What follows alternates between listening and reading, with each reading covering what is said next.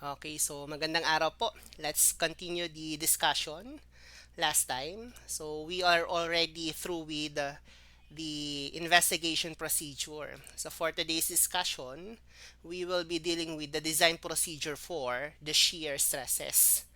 No, in designing the shear reinforcements of a beam, the stirrup size is already selected by the designer. So, discretion yun ng designer kung ano mismo yung gagamitin niyang stirrup diameter. And in choosing the diameter of stirrups that will be needed in our beam, hindi po dapat basa-basa yon. We should conform on the provisions under NSCP or ACI codes. No? And usually yung mga bar na ginagamit mo mismo for these stirrups is number 3 and number 4. No? I think that is number 3 for number 10 bar or lesser than that. No? Or lower than that. Kapag ito mismo yung bar diameter na ginamit for main longitudinal reinforcement, yung diameter na gagamitin ay number 3 for these stirrups. Pero kapag number 11 hanggang number 18, yung bar na ginamit for the main longitudinal reinforcement, number 4 naman yung ginagamit na bar for the stirrups. No? So, usually number 3 or number 4. Kapag sinabi natin number 3, that is 10 mm. Kapag sinabi number 4, that is 12 mm. No? So, be careful also in choosing the bar diameter. And considering that this is already the last part to complete the design of the beam, the only remaining aspect needed is to determine the stirrup spacing. And usually, there are several stirrup spacings that are adopted to come up with an economical design.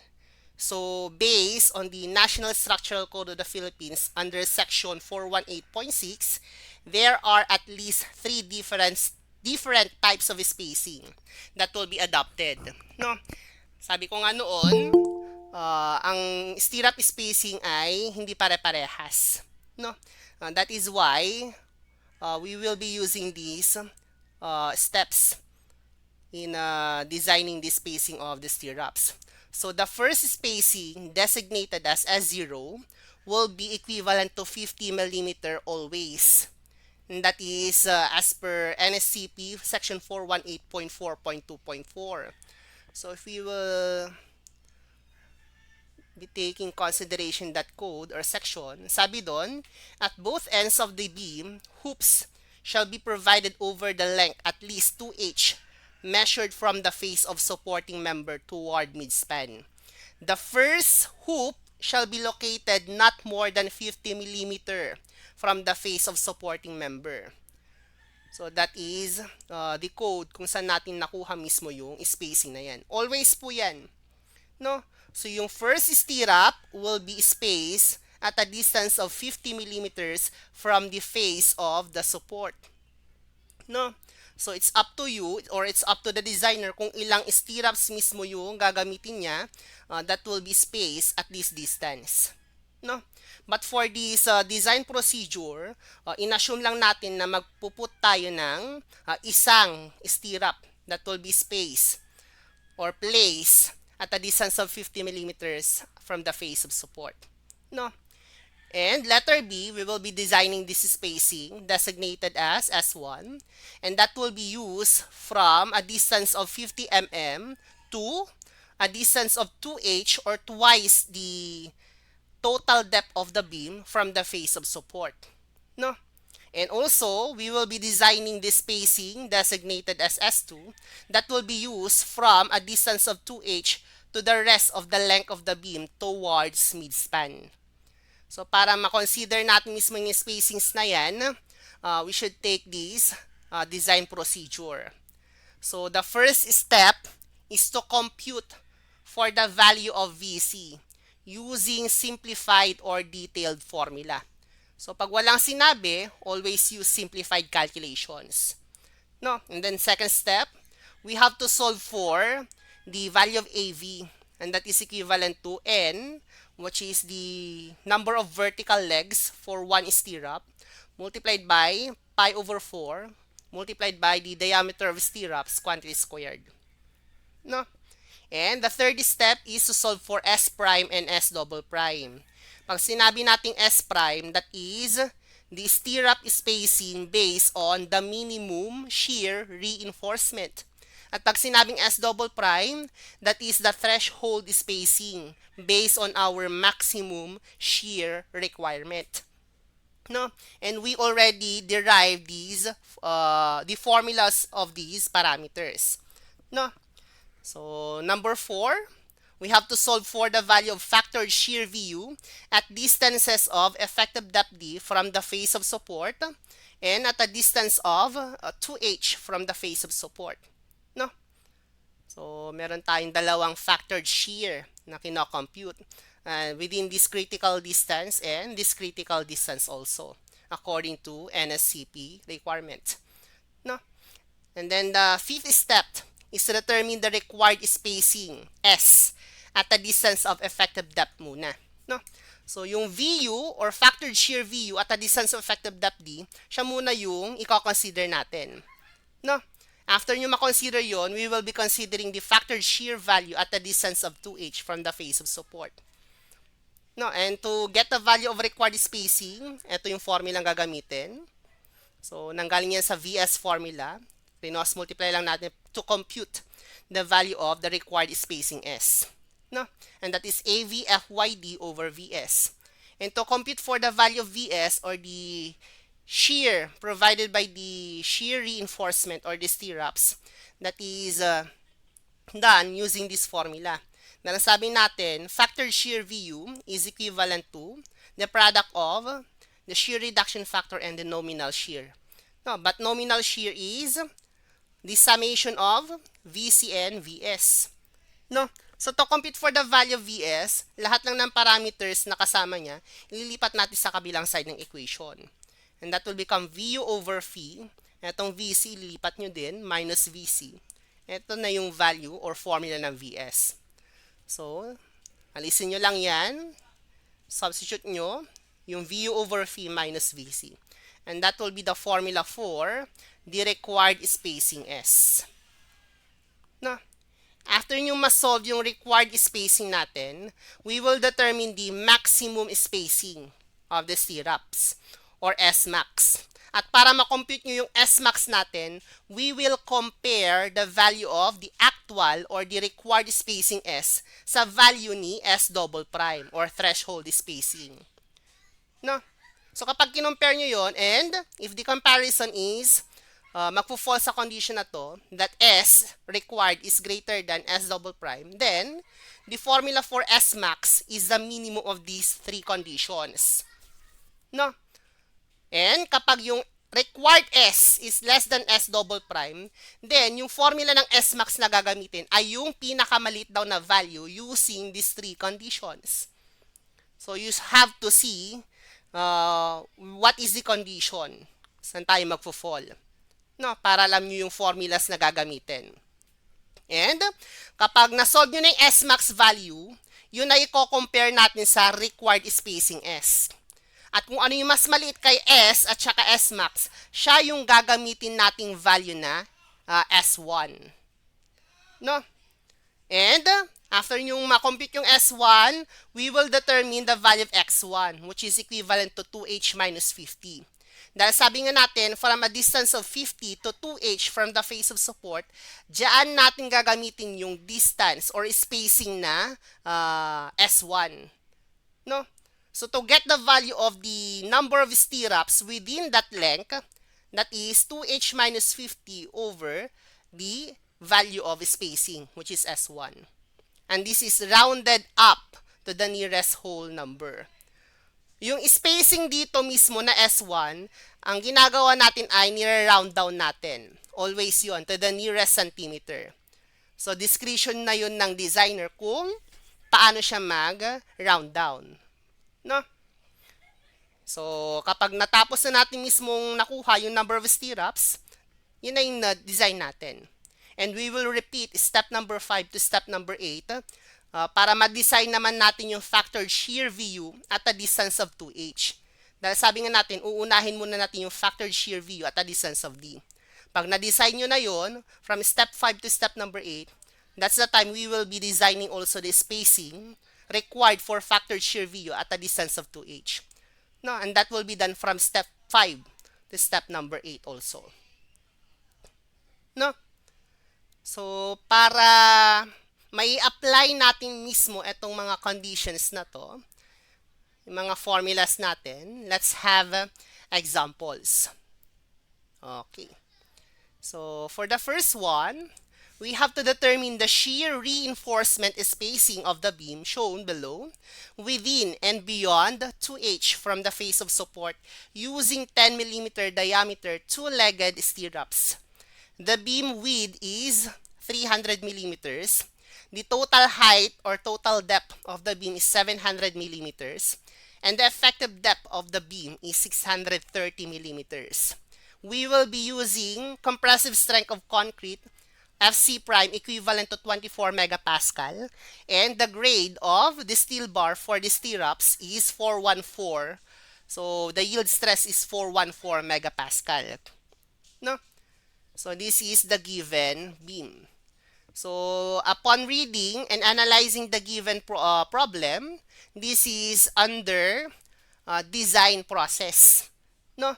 Dahil mapapansin nyo dito, binigay na yung loading conditions natin.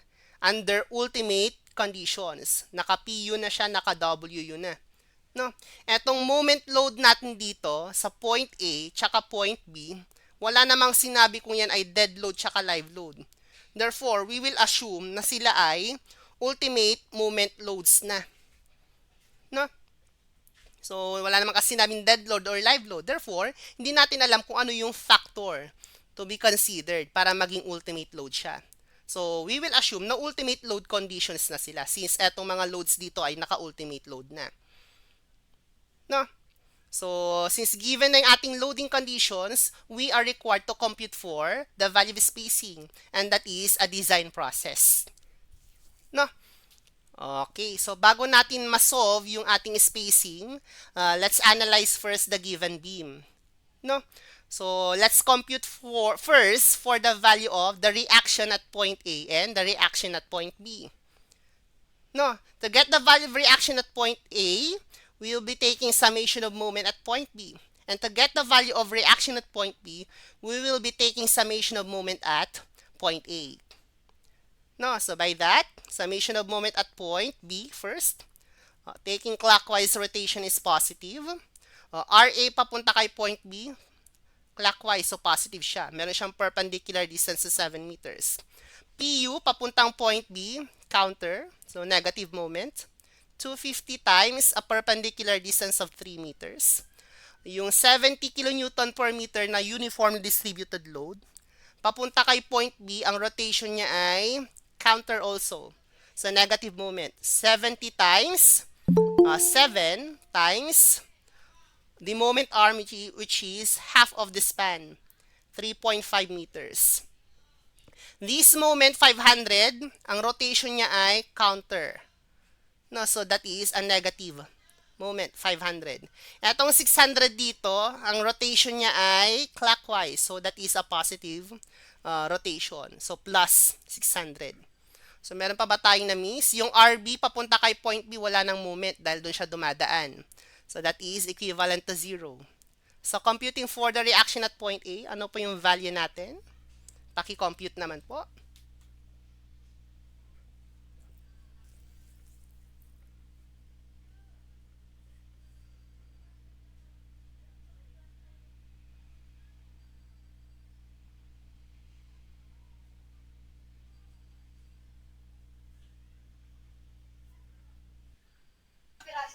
$337.86. 337.86. Tama ba yung pagkakarinig ko? Opo, sir. Okay. So, store the value of RA. Store natin kay A para hindi tayo nag-round off. Kapag na-solve nyo na yung RA, we can get the value of RB by taking summation of moment at point A, or we will take summation of vertical forces equivalent to 0. No? So, para mas madalian tayo, summation of vertical forces na lang. And then, taking upward, forces are positive. So by that, that is RA plus RB minus yung downward forces natin na 250 and then minus din yung uh, rectangular load natin dito. No? So that is 70 times a base of 7 meters. And that is equivalent to 0. So yung RA na-compute na, 337.86. Therefore, we can now compute the value of the reaction at point B. So what is the value of RB?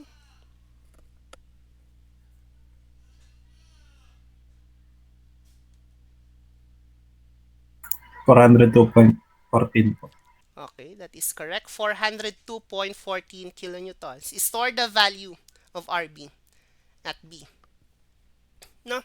Pag na-compute na natin yung reactions, from that, we can now compute the factored shear, VU.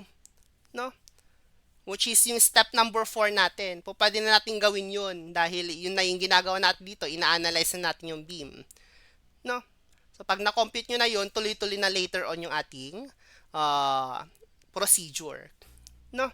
So, sabi doon, we will compute sa procedure or step number 8, we will compute factored shear VU at a distance of effective depth D and at a distance of 2H from the face of support. Dalawa yung support natin, point A and point B. Ano yung i-consider natin? Dito ba or dito? Pero, kung ating i-compare yung dalawang reactions, mas malaki mismo yung value ni reaction at point B. So, ibig sabihin, pag ginamit natin itong reaction na to, or pag mag-uumpisa tayong mag-compute ng factored shear VU at point B, mas malaki yung value ng VU na mako-compute.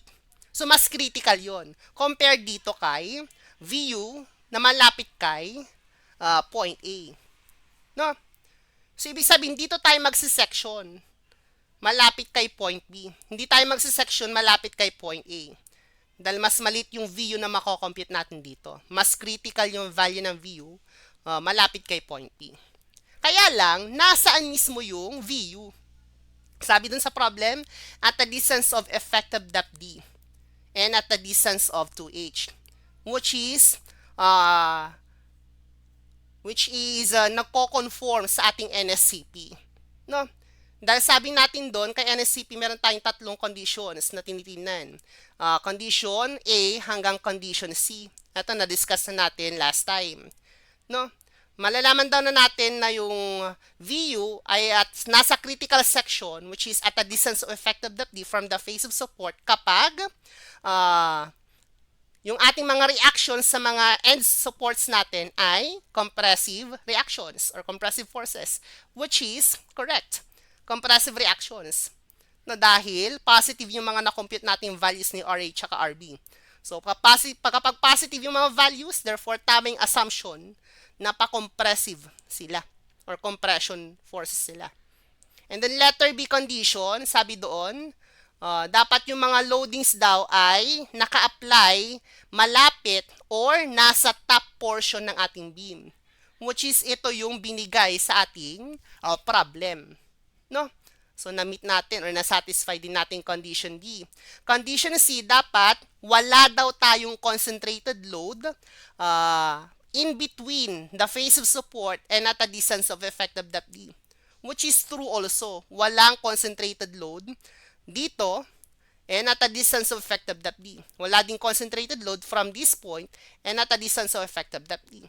Therefore, we satisfy all of the three conditions. Therefore, we can say that VU will be acting at a distance of effective depth D from the face of support. Nagagets po ba? Okay. At saka yung steps natin kanina na diniscuss, ito yung procedure mismo na gagamitin mismo kapag required talaga nating mako-compute yung spacing. Ibig sabihin, meron na talaga tayong there is really a need for stirrups.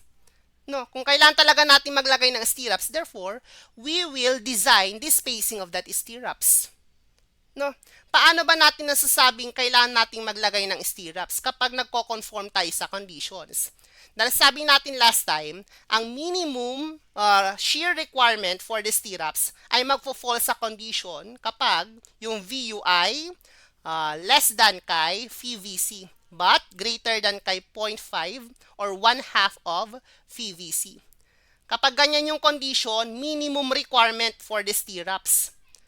No? Pero kapag yung VU ay greater than na siya kay VVC, hindi na siya minimum requirement. Kailangan ng stirrups, pero hindi na siya minimum requirement. No? Pero kapag yung VU ay mas maliit kay 0.5 of VVC, that is the time we can conclude na hindi na kailangan ng stirrups. The concrete alone can resist the shear forces na nasa ating beam. No? Yung ibig sabihin ng condition na yan. So, dapat, etong procedure na to ay magagamit kapag nandito tayo sa dalawang condition na yan. Dahil sa dalawang condition na yan, kailangan ng stirrups. So, we will be designing the stirrups requirement. Pero kapag ganyan yung condition, hindi na kailangan ng i-design yun.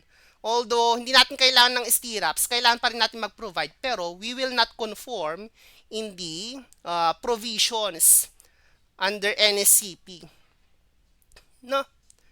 So, with that, tuloy natin discussion natin kanina. Sabi natin dito na satisfy natin yung conditions. So, we can now compute the value of VU which is at a distance of effective depth D from point B dahil mas critical yon.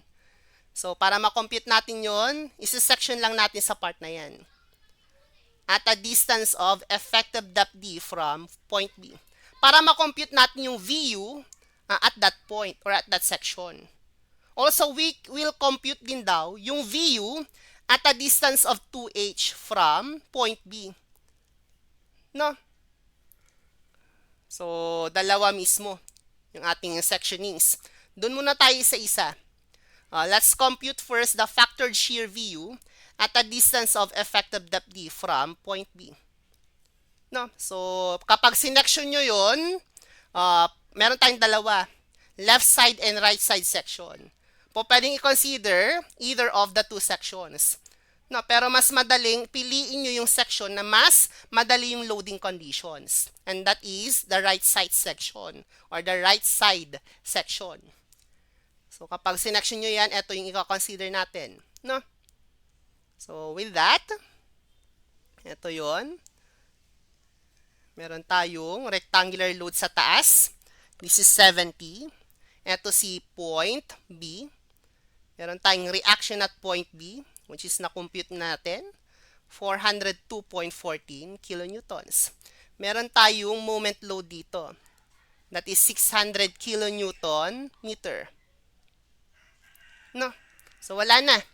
Dahil yung concentrated load naman na 250, wala pa dito sa part na yan. Nasa left side siya, wala sa right side section. So, kapag sinection natin sa part na to, at a distance of effective depth D, lalabas yung mga forces dito at this section. So, ang ina-analyze ay VU. So, assume natin pababa siya. No?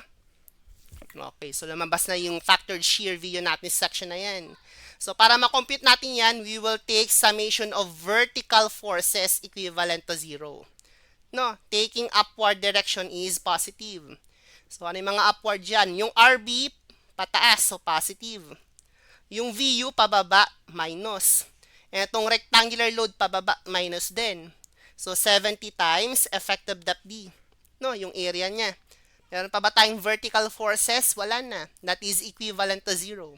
Ang kino-compute VU, lipat lang natin sa kabila para maging positive. So, positive VU is equivalent to 402.14 minus 70 times effective depth D. No, yung effective depth D should be in meters. So, yung nakabigay dito sa problem na naka-millimeters, i-convert natin. So, 630 millimeters into meters is 0.63. 0.63 meters. So, with that equation, we can now compute for the value of VU. Paki-compute naman po. Ano po yung value natin?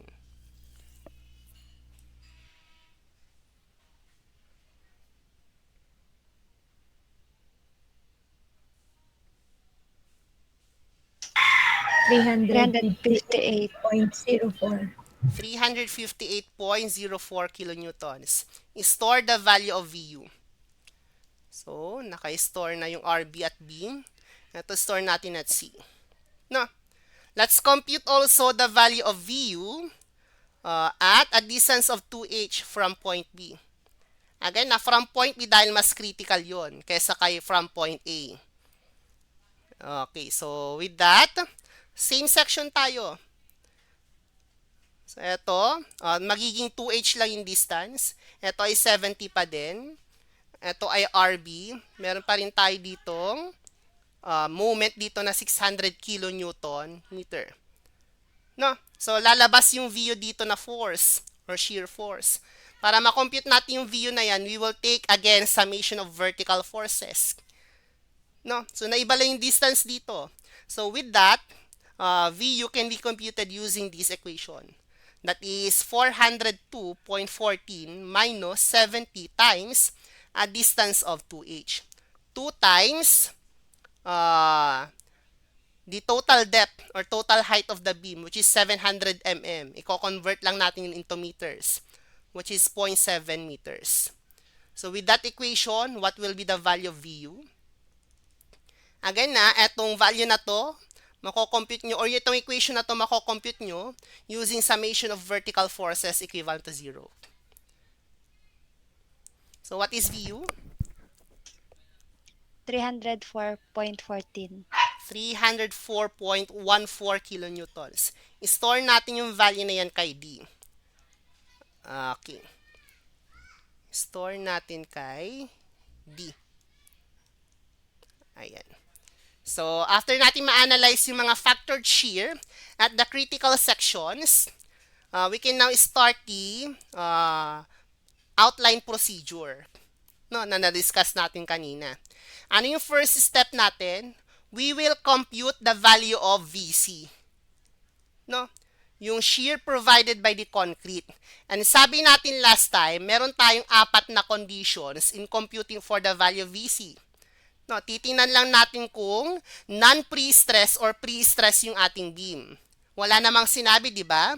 Therefore, we will assume na non-pre-stress tayo. Pero under non-pre-stress, 3 conditions yun.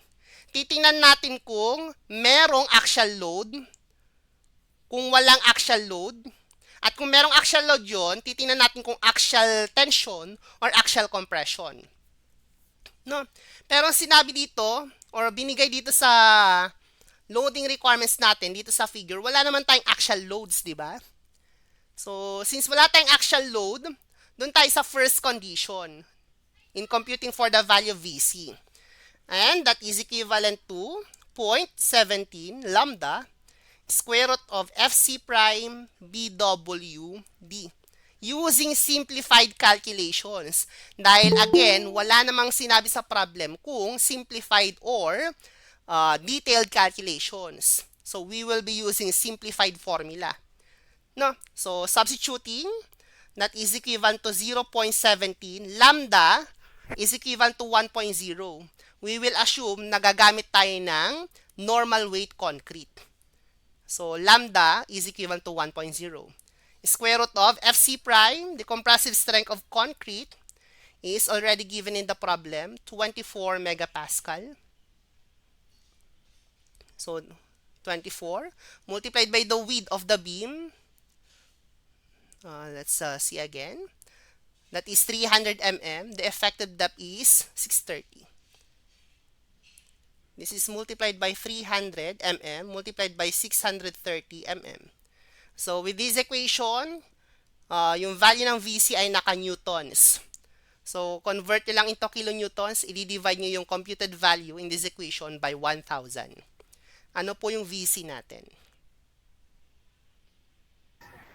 157.40. 0.40 kilonewtons. Sakto ba yan?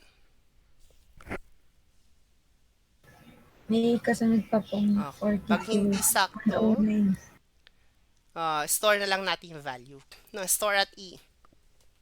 No? That is the first step. The second step is to compute for the value of AV o yung cross-sectional area ng stirrups na vertical. No? So, AV is equivalent to pi over 4 diameter ng stirrups quantity squared multiplied by the number of vertical legs. And that will be equivalent to pi over 4. Diameter ng stirrups already given in the problem, 10 mm. Quantity squared multiplied by the number of legs, which is 2. Is already given in the problem also. So what is the value of AV? Kindly compute. 157.08. 157.08 mm squared. Store the value of AV also. And that is F. No? After ng AV, third step na tayo. The third step is the determination of S prime and S double prime. Sa S prime, or the stirrup spacing based on the minimum shear reinforcement, meron tayong dalawang derived formula for that. Or dalawang formula na ginagamit. We have S prime 1 and S prime 2. Sa S prime 1, meron siyang formula na AV, FYT over 0.062 square root of FC prime BW. Yung S prime 2 naman ay equivalent kay AV, FYT over 0.35 BW. So, by substituting all the parameters, AV, na-compute na natin. That is 157.08. FYT, the yield stress of the stirrup, that is already given in the problem. That is 414 megapascal.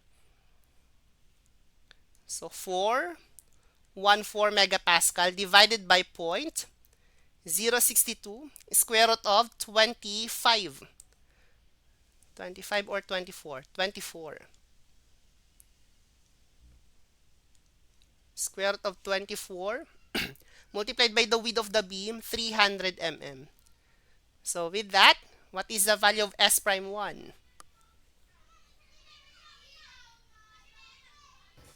713.68.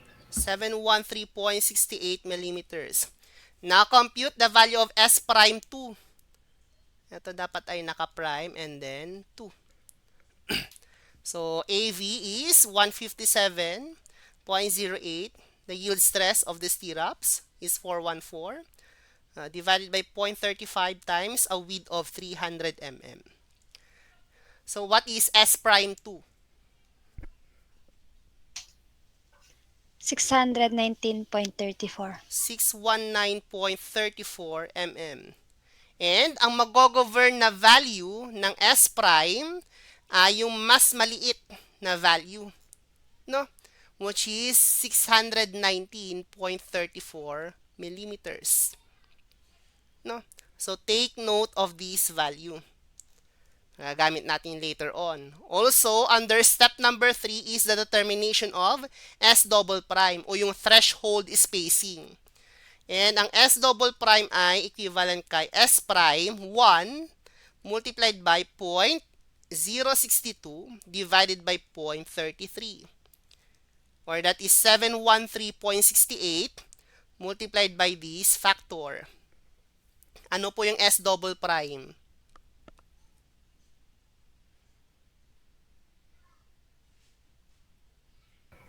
$134.08. 134.08 mm. Same answers po ba? Para sa iba? Kindly confirm. Okay. So take note of this value also. S double prime. No? So after ng third step, fourth step tayo. Determination ng factored shear VU. Pero, na-compute na natin yun dito. Na-compute na natin yung VU at a distance of effective depth T at yung VU at a distance of 2H. So, proceed na tayo kay step number 5. Ano yung step number 5? Determination of the required spacing S. At yung S ay meron tayong formula. So, first one, we will be determining the value of the required spacing S based kay VU at a distance of effective depth D, which is equivalent to 358.0 0.04 kilonewtons. No? And based on that value, ito muna yung i-design natin. I-design muna natin yung spacing based on this shear capacity. Okay, so determine the required spacing S. Ano yung formula natin kanina? AV FYT D over VS. Pero yung VS ay equivalent kay VU over V minus VC. Ito mga parameters na to, binigay na lahat at saka na-solve na natin. No? Yung AV, that is 157.08. Let's see kung tama. Okay, naka-store kay F. That is mm squared. Multiplied by the yield stress of the stirrups, 414 megapascal or Newton per mm squared.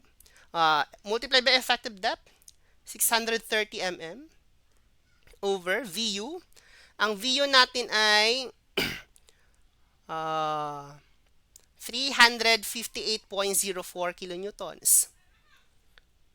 358.04 kilonewtons over reduction factor phi.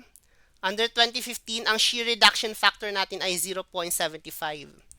No? Pero kapag 2001, that is 0.85. Minus VC, na-compute na natin yung VC. That is stored value kay E, 157.40. 0.40 naka-kilonewtons. So, eto cancelled na. Eto Newton, eto naka-kilonewton. So, convert lang natin. Ito ay multiply natin ng 1,000 Newton per kilonewton. Cancelled na to. Di-divide lang natin ng 1,000 para maging millimeters yung unit. So, what is the value of the required spacing? S. Kindly solve.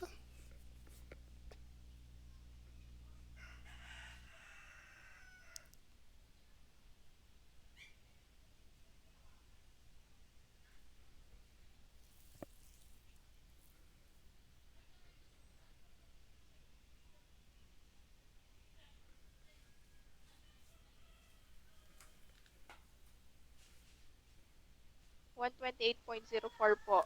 128.04. How about the others? Same answer? Opo, sir. Okay, take note of this value. No? That is the fifth step. The sixth step, or step number 6, is the determination of S max. At yung S max value, depende yun sa relationship ng required S, yung na-compute natin dito, at saka nung S double prime. No, so i-compare daw natin tong dalawang values na to. So this is 128, ito ay 134. So we can say that required S ay less than kay S double prime. So, conclusion, S is less than S double prime. So if that is the comparison or condition, S max can be computed using these three conditions. It should be at least of these three formulas. So, less than tayo, that should be S prime, D over 4, at saka 300 mm. No? Ang S ay less than kay S double prime.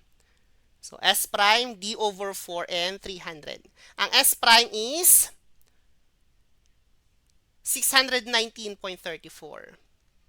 mm. And 1/4 of the effective depth, that is 630 divided by 4. Ano po yung value nito? 157.5. 157.5 mm. So, yung mag-govern na value ng S max ay yung mas maliit sa tatlo. That is 157.5 mm. No? So, ngayon, etong S max value na to will be compared sa value ng required S. No? Etong dalawang ito, tsaka ito, ay i-compare natin. Kung ano yung mas maliit sa dalawang value na yan, siya yung magiging value ni S1. Yun na yung kailangan natin kanina. So, we can conclude that S1 ay yung mas malit daw sa dalawa. Mas malit yung required S, 128.04. So, yan na yung value ng S1. So, eto, ira-round down lang daw natin. No, always yon, round down po yung pag-round off kay spacing ng stirrups. So, pwedeng yung gawing 125, pwedeng 120. So, discretion nyo yun ng designer. So, gawin natin or i-round down natin hanggang 120. No, para mas sakto talaga. Wala nang butal-butal. No, yan na yung S1. And, yung S1 na yan, or spacing na yan, yan yung gagamitin natin within at a distance of 50 hanggang 2H from the face of support. So, to get the value of the number of stirrups na papasok sa distance na yon, that is N equivalent to 2H minus 50 over S1. No? Yung minus 50 dito, pwedeng magbago yan. No? Minus 50 yan kapag ang kinonsider nyo ay isang stirrup laang na naka-space ng 50 mm from the face of support. So, ito ay 50 mm. Isang stirrup lang yung kinonsider nyo. No? Kung dalawang stirrup, therefore, another 50 mm yun. So, ibig sabihin, 100 millimeters na yung distance na inoccupy ng dalawang stirrups na yun. So, ito nagiging 2H minus 100. Pwede rin tatlo. So, 50 ulit. So, ito magiging 2H minus 150. No? So, etong formulang yan, 2H minus 50, we assume na isa lang mismo yung stirrup na kinonsider natin na naka-space ng 50 mm. No? Or it will be placed at a distance of 50 mm from the face of support. So, yung mga susunod na spacing daw na gagamitin ay 120 mm dahil S1 yan. Dahil ang S0 natin ay 50, always. So, sunod na spacing ay S1, which is 120 mm. So, ilang stirrups ang naka-space ng 120 mm? Para malaman natin, we will be using this formula. No? So, 2 times the total height of beam, 700 mm, minus 50 mm, over S1, which is 120 mm. So, what is the value of N? Or the number of stirrups within this distance, 50 hanggang 2H from the face of support. What is this value? 11.25 po. 11.25 spaces yan. No? Or that will be rounded up, no, to the nearest whole number. That is 12 spaces. So, ibig sabihin lang nun, meron tayong 12 stirrups na naka-space ng 120 mm. So, after ng isang yan, bibilang ka ulit ng 12. 1, 2, 3, 4, 5, 6, 7, 8, 9, 10, 11, 12. Ang spacing naman ng mga yan ay 120 mm. No? So, may susunod pa dyan, di ba?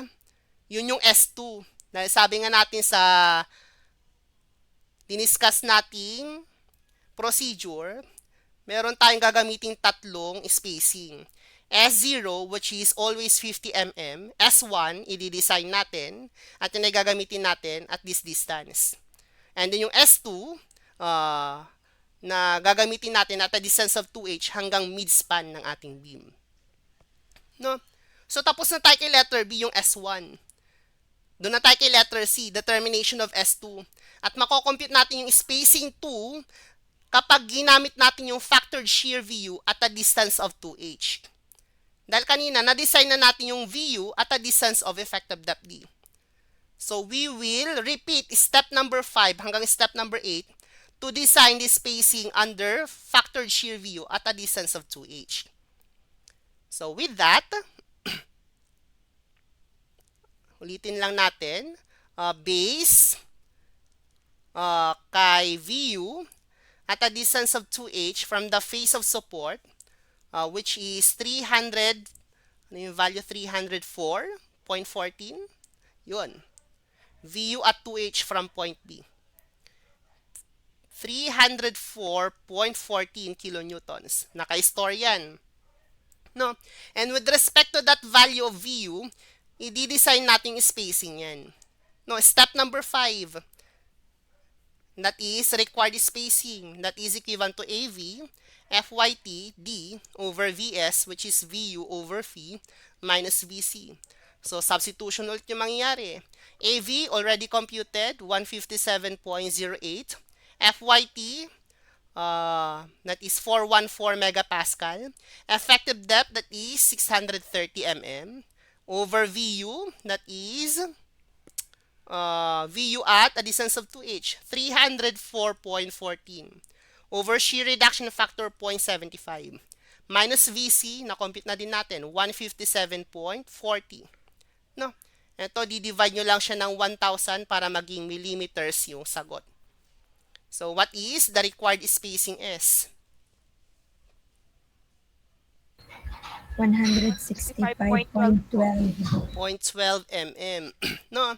That is step number 5. Step number 6 is to determine maximum spacing, S max.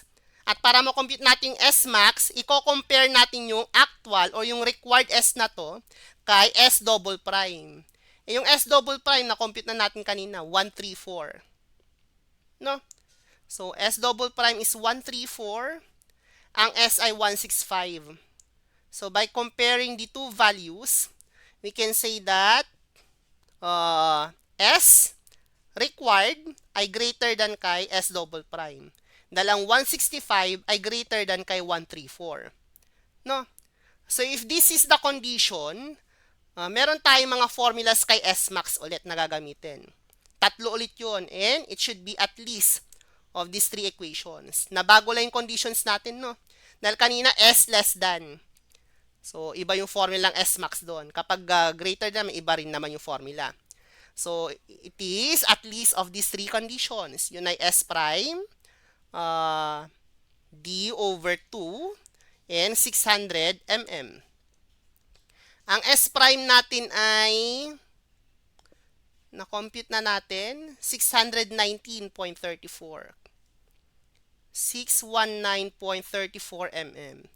D over 2, that is 630 divided by 2, or that is 315 mm.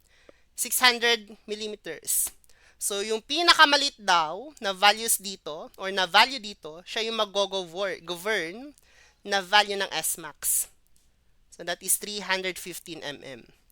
At itong S max na to will be compared kay actual or required S na 165. At yung mas maliit daw sa dalawang values na yan, siya yung magiging value ni S2. No?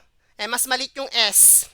Therefore, S2 ay 165.12.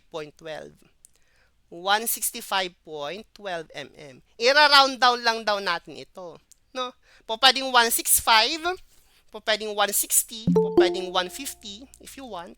So, discretion nyo yun as a designer. So, sabihin natin S2 will be rounded down to a value of 160 mm. No? Kapag board examination yan, syempre, titingnan nyo mismo yung pinakamalapit dito. For example, yung choices natin ay 170, 166, 150, and then 110. No? Etong 170 tsaka 166, ligwak na yan. Dahil greater than siya kay S2. No, dahil sabi nga natin, dapat nira-round down natin. So, hindi dapat siya mas mataas. No? So, yung pinakamalapit sa value na to, pero mas mababa sa value na to. Ano yon? Yung 150. No? Siya yung magiging sagot natin kung yan ay board examination. Yung mga binigay na choices. Sino yung S2 natin? No? Pag na-compute nyo na yan, diyan na nagtatapos yung design natin. So, kung isa-summarize natin mismo, meron tayong support dyan. Ito yung beam natin. Una daw ay isang stirrup. And then lumawang yung spacing. 12 daw. 3, 4, 5, 6, 7, 8, 9, 10, 11, 12. And then lumuwang ulit. 160 na. No? And so on. Kung mga sa ating drawing plans, naka-detalye yan. Sasabihin doon, we will be using 10 mm diameter stirrups, space at yung una 50 mm, no? And yung pangalawa ay 12, sabi natin. Determine yung number of stirrups kanina. 12 na naka-space kay, anong spacing nung 12 na yon? Yung S1. 12 space at 120 mm, yung S1. So 12 space at 120 mm and the rest space at 160 mm. Yan yung ating S2. On center both ways. No? Ibig sabihin lang nun both ways, pamula dito, yan yung ating i-adapt. And then, pamula kay point B, yun yung ating i-adapt din. Hanggang sa magtagpo sila sa gitna. No? So, yun mismo yung ating detailings for these stirrups. Yun yung nakikita nyo sa drawing plans natin. No? Which is magkakaiba yung spacing. Okay, so questions with this example?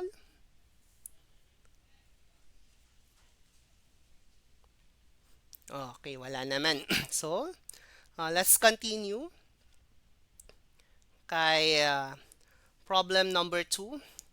And for this, we have to determine the spacing of vertical stirrups near the left support. So, the left support is point A. No, the right support is point B. So, we will be determining the spacing near at point A. No, of the 3-meter span beam loaded as shown below. So, this is a 3-meter span. The concentrated load is placed 0.5 meters from point A.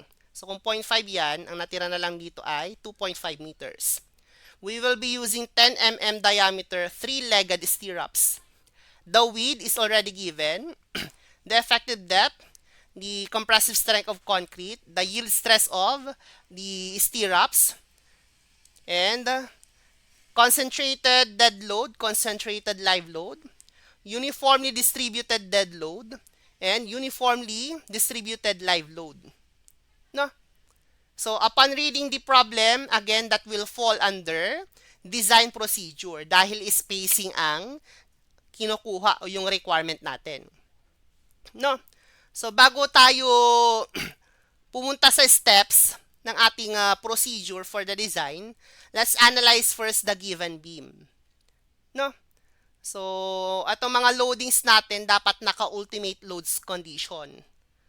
So, to compute the value of PU and omega U, we will be using a load combination 1.2 tsaka 1.6 dahil dead load tsaka live load yan. Yun na yung pinakamataas na load combinations makukuha natin. So, PU is 1.2 of the dead load 110 plus 1.6 of the live load 140. So, with that, what is PU? Kindly compute.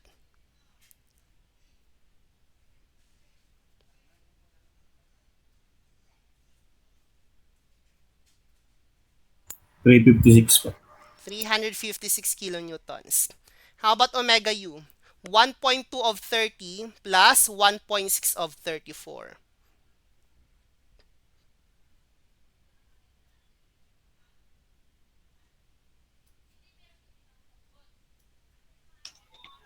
$90.4. 90.4 kilonewtons. Okay, so kapag nagawa na nating ultimate load conditions to, therefore yung shear load na mako-compute natin ay naka-ultimate na din. No? So, bago natin makompute yung factored shear VU na i-consider natin, let's solve first for the values of the reactions. No? Ang i-compute nating reaction ay reaction at point A. Ito naman yung pinapasagot sa problem.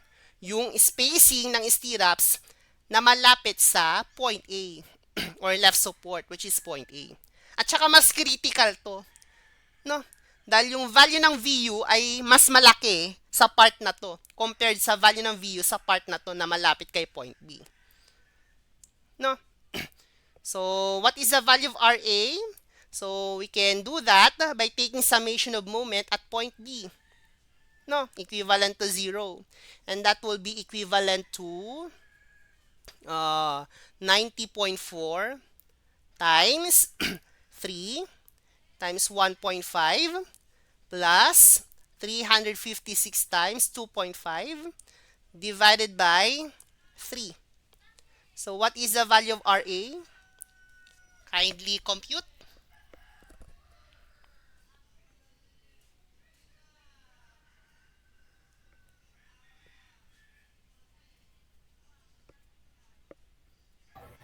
432.27. Okay, 432.27 kilonewtons. How about the others? Same answers? Same po. Same po. Same po, Okay, sir. so let's store this value para hindi tayo nag-round off. Store at A. So, now let's analyze the value of VU. No, para tuloy-tuloy na yung ating procedure later on. Ngayon, ano yung VU na i-consider? Yung VU ay nasa critical section. Eh, nasan ba yung critical section? And then, tingnan natin yung conditions from letter A to letter C. No? Letter A, compressive reactions ba? Yung mga nasa end supports natin. That is true. They are compressive forces. How about letter B? Yung mga loadings ba ay naka-apply malapit at or nasa top portion ng ating beam? Yes, it is. Letter C, wala ba tayong concentrated load at a distance of or in between the face of support and at a distance of effective depth D from the face of support? Ligwak. Hindi natin nasatisfy yun dahil meron tayong concentrated load in between that distance. Dahil 0.5 meters yan. Eh yung tinatanong, sinasabi doon, in between this part, face of support, and a distance of effective depth D from the face of support, which is 0.59 meters. Ito 0.5. Nasa pagitan siya ng part na to. No? Okay lang sana kung 0.6 yan. Kapag 0.6 yan, wala dito sa gitna niyan. Ng critical section na part na yan. No, kaya lang 0.5, mas maliit kay effective depth. So, kapag hindi natin na-satisfy isa man sa mga conditions na to, yung value ng VU ay nasa face ng support. Pero kapag yung mga conditions na to ay na-satisfy natin lahat, yung value ng VU ay nasa distance of effective depth D from the face of support. No? Since yung VU ay nasa face ng support, kung ano yung value ng RA or reaction at point A natin, yun na din yung value ng VU natin. Dahil sabi natin, nasa face ng support yung VU. So that is equivalent to RA, which is 432.27 kilonewtons. No? So na-compute na natin yung VU. So that is the time we can now proceed with step number 1, which is the value of VC. VC is equivalent to 0.17 lambda square root of FC prime BWD. Again, simplified calculation at wala tayong actual loads na naka-apply sa ating binigay na beam. Okay, so substituting, that is 0.17 multiplied by 1, 0.0, square root of the compressive strength ng concrete, 25, the width is 305, effective depth is 590. So this is 25, 305, 590. So, divide nyo lang yan ng 1,000 para maging kilonewtons po yung VU. 152.96. 152.96 kilonewtons. Store the value of VC at B. After ng VC, determination ng AV. That is equivalent to pi over 4 diameter ng stirrups quantity squared multiplied by N. So, lahat yan binigay na. Pi over 4. Diameter ng stirrups ay 10 mm. And number of vertical legs ay 3 daw. So, with that, what is the value of AV? 235.62. Okay. Store the value at C. Okay. The third step is to determine the value of S prime and S double prime. Sa S prime muna tayo. Meron tayong dalawang formula for that. S prime 1, that is AV, FYT over 0.062 square root of FC prime BW. So substituting, that is 235.62. FYT is the yield stress of the stirrups, 275 megapascal, 275 over 0.062 square root of 25. BW is 305. So, what will be the value of S prime 1? Kindly compute. 685.30. 685.30 mm. Same answers po para sa iba? Opo, sir. Opo, sir. Okay. Now, solve for S prime 2. So, that is AV FYT over 0.35 BW. So, kindly do the substitution and compute for S prime 2. Ano po yung value nito?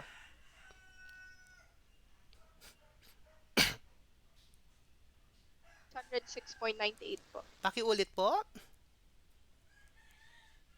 606.98 po. 606.98 millimeters. No? At ang mag-govern daw na value ni S prime ay yung mas maliit sa dalawang value na to. That is 606.98 millimeters. No? So, take note of this value. After that, determination ng S double prime o threshold spacing. And S double prime is S prime 1 multiplied by a factor 0.062 divided by 0.33. Ang S prime 1 ay 685.30. So, compute nyo lang dito.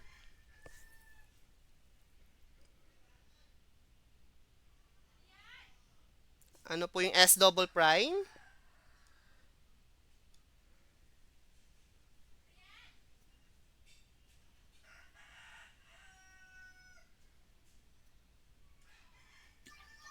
$128.75. 128.75 mm. Same answers po para sa iba? Opo, sir. Okay, take note of this value. That is step number 3. Step number 4, determination ng VU. Pero, natapos na natin yon. Step number 5, determine the required spacing S. And that is equivalent to AV, FYT, D, over VS. Pero yan ay VU over V minus VC. So, direct sub na tayo dyan. Ang AV ay 235.62. 235.62. Ang FYT ay the yield stress of the stirrups, 275. Effective depth is 590 mm. Over VU, yung VU na compute na natin, yun daw ay RA, which is 432.27. 432.27 over shear reduction, which is 0.75, minus VC, that is computed as 152.96. 152.96. So, i-divide nyo lang yan ng 1,000 para maging millimeters yung required S. Ano po yung value ng S natin?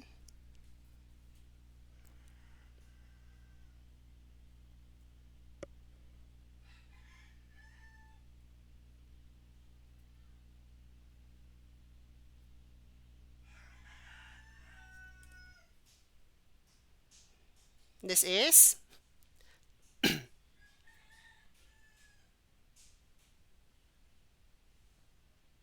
90.29 po. 90.29 millimeters. No? So, take note of this value. After ng step number 5, step number 6, S-max value. Para makompute natin S-max value, i-compare natin si required S kay S double prime. And as we can see, yung required S ay mas maliit kay S double prime. So, S is less than S double prime. If that is the condition, ang S-max formula na gagamitin ay equivalent kay S prime D over 4 tsaka 300 mm. No? Ang S prime is computed as 606.98 mm. D over 4, yun ay 590 divided by 4. Ano yan? That is 100.5 147.5. mm. So, ang pinakamalit ay 147.5. So, yun yung value ng S-max na gagamitin. No? At yung value ng S-max na yan will be compared kay required S. No? Yung mas maliit sa dalawang value na yan, siya yung gagamitin nating value ng S. Yung final spacing natin. Therefore, we will adopt S equivalent to 90.29 mm. Dahil mas maliit yan compared kay S max. No? So, eto, ira-round down na lang natin. So, round down to 90 millimeters. Yan na yung sagot sa ating problem na yan. No? Iisa lang yung tinatanong. Yung malapit lang sa support. Pag sinabing malapit sa support, within the critical section. No? So, questions po with respect to this problem.